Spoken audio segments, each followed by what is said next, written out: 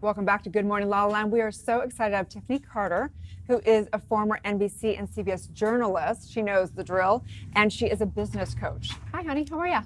Welcome to the show. See you again. Thanks, guys, for having me. What I love about you is that you're a business coach for the non-tech savvy person. Me. Yep. Because for a lot of us, the tech thing just does not come easily. As much as I can watch YouTube videos or tutorials or whatever it is like pulling teeth for me. Like, it just doesn't work.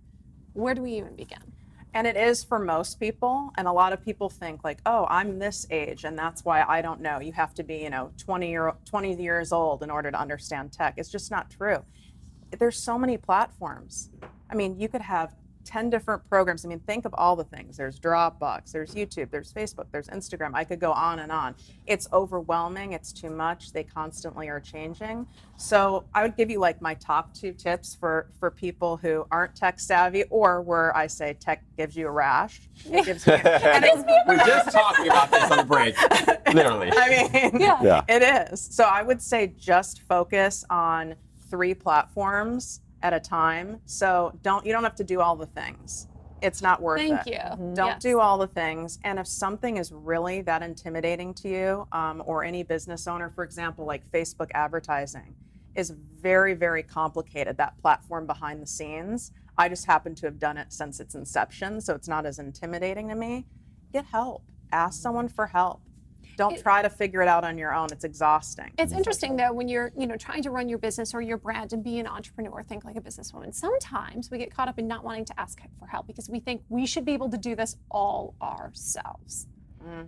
I tried it that way. I tried it that way. So true, me too. I tried it that way for 5 years. There is like a learning curve, don't you think? It's like, it's very frustrating at first, very challenging, and then it's really that 10,000 hours. You could become a major expert if you want. But I do agree. I think that women were coming into our own around business. And of course, we've got to deal with the mindset. We've got to deal with the technology. We've got to deal with all this.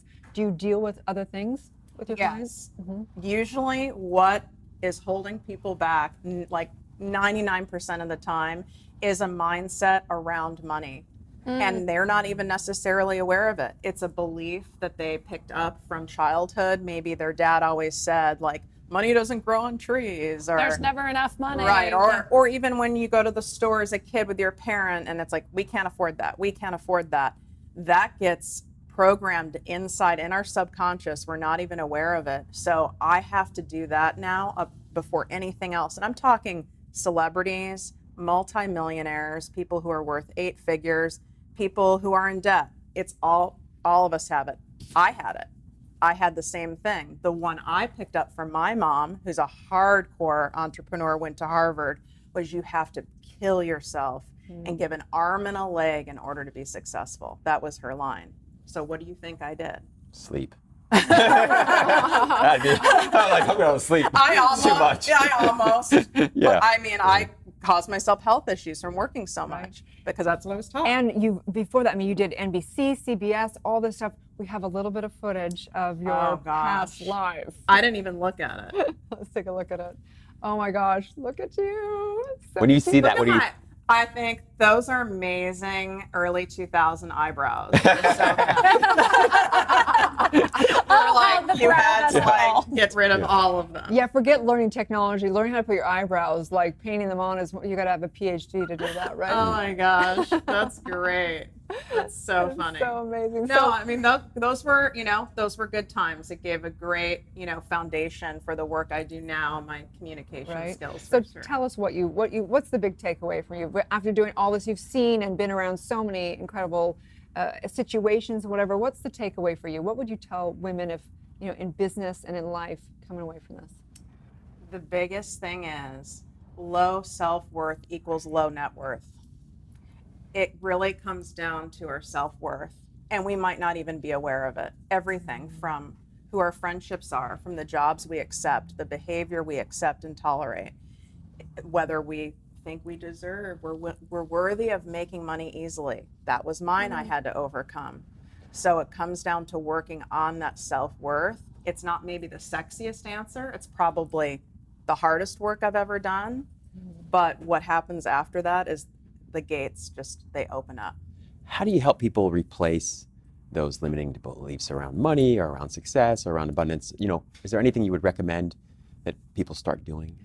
There's a lot of like cliche talk, you know, like do a money mantra, which those are great. I'm all for that. I give more of a practical approach. I have more of an edgy type, blunt Chicago style personality to me.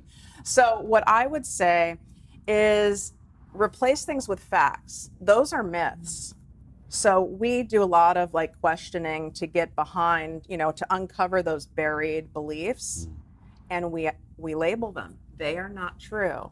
So I say, how is that true? Is this actually true that you have to give an arm and a leg in order to be successful in this world? Is it true? And we start breaking that down. Then we replace it with, what are the facts? So we deal with facts, and our brain likes that. Our brain likes facts. I love that. It really is the sort of essence of cognitive behavioral therapy, really. You know, you've done a great job of sort of simplifying that for people so it's accessible and they can actually begin applying it right away. Yep. Yeah. It's dealing with facts. And then our brain, when it starts going to that worn groove of, oh my God, I have to work more, or I'm not going to hit, I'm not going to maintain my millionaire lifestyle, or whatever that is. Pause. And then now you have new language to come up. Is that true? No, it's not true. What is true?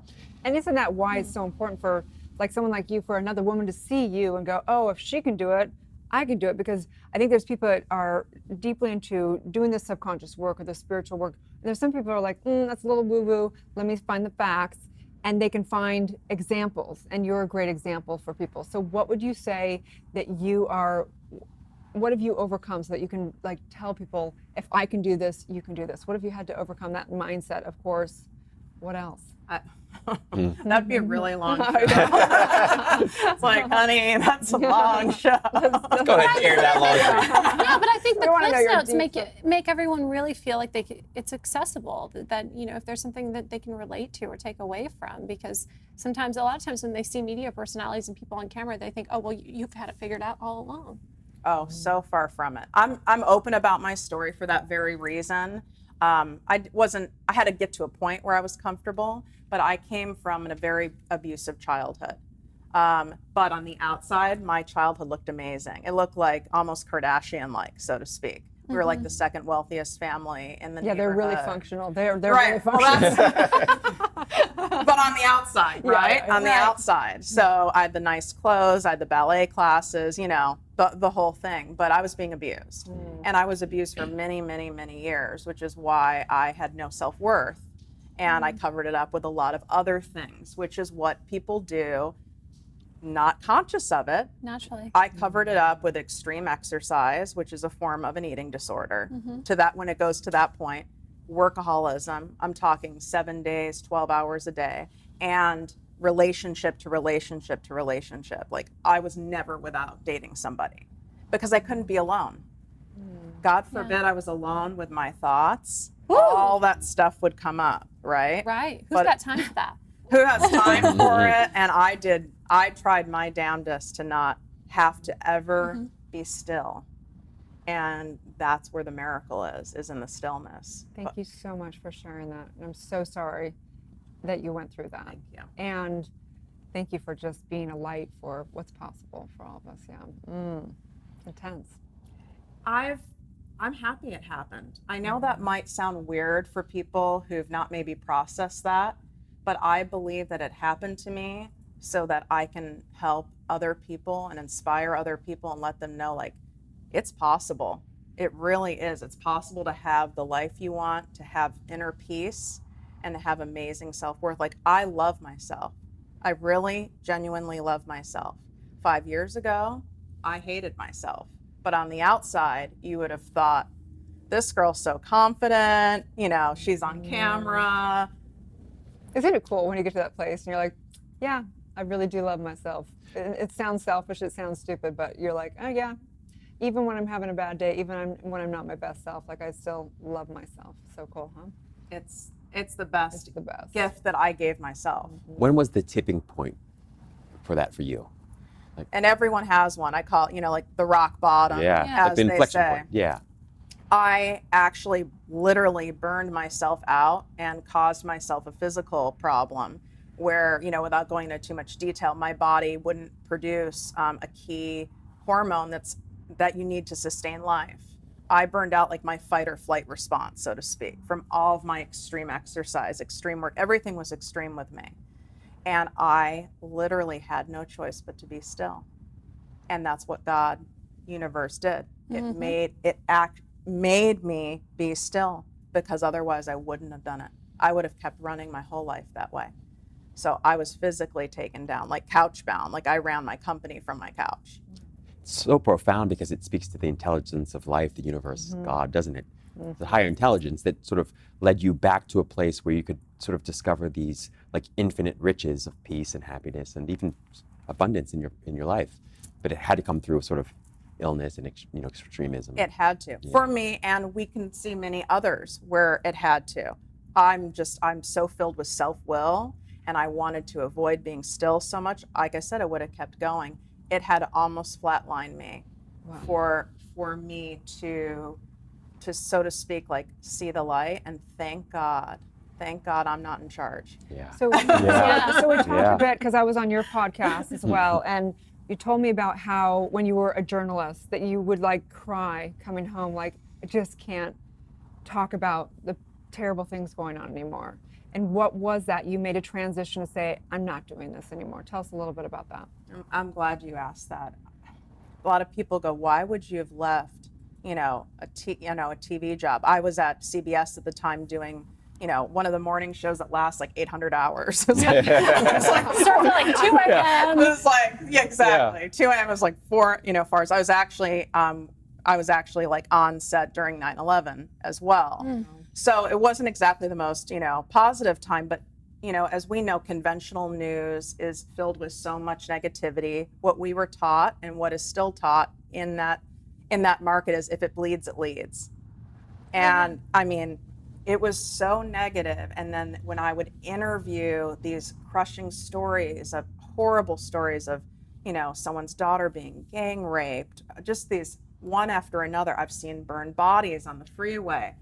I'm a sensitive soul. And to take all that in day after day after day, plus the pressure of, for myself, really having no self-worth, right? But putting on a front, like I have it all together, in front of who knows how many, hundreds of thousands of people watching.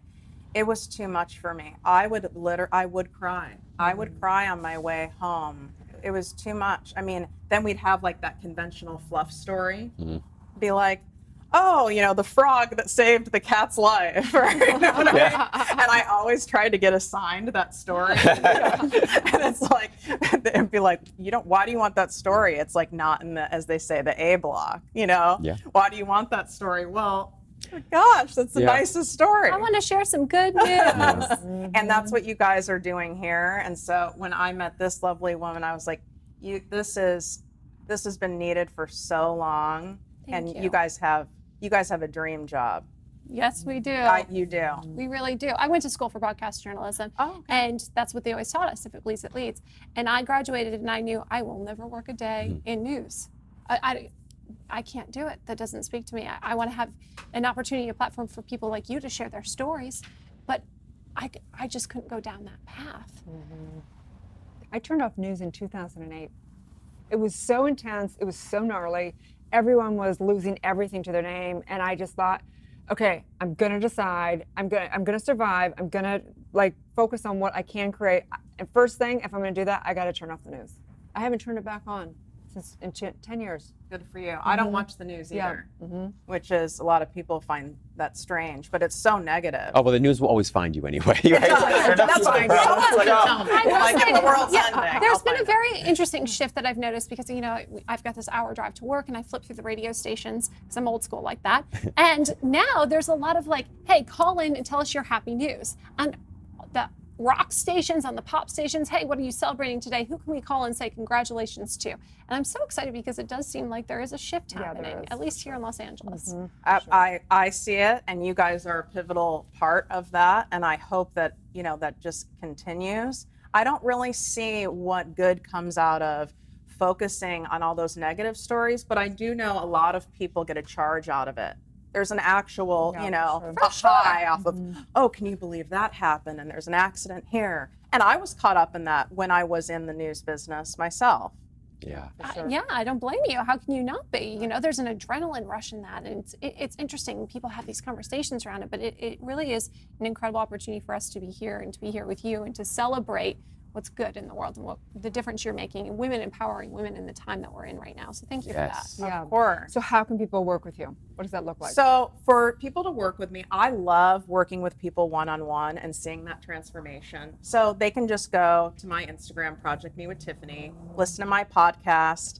This is my business, Project Me of giving back. I have another company that helps fund this company, and this is time for me to give back all that was given to me. And it fills me up so much, more than any amount of money could. It's easy for me to say because I do really well with my other company, but it's the truth. It fills me more than millions could fill me. So that's the best way for people to reach out is through Instagram. And if someone's like really ready to do that work, I'm here. When what do they say? When the student's ready, the teacher appears. Yes. Love it. Woo! I love that. Absolutely. I love that. Well, it's such an honor and blessing. And shout out to Badassery Magazine also that we were both at. Yes. And just thank you so much for such an inspirational story. Thank you so much. Thank you. Stay tuned. We'll be right back.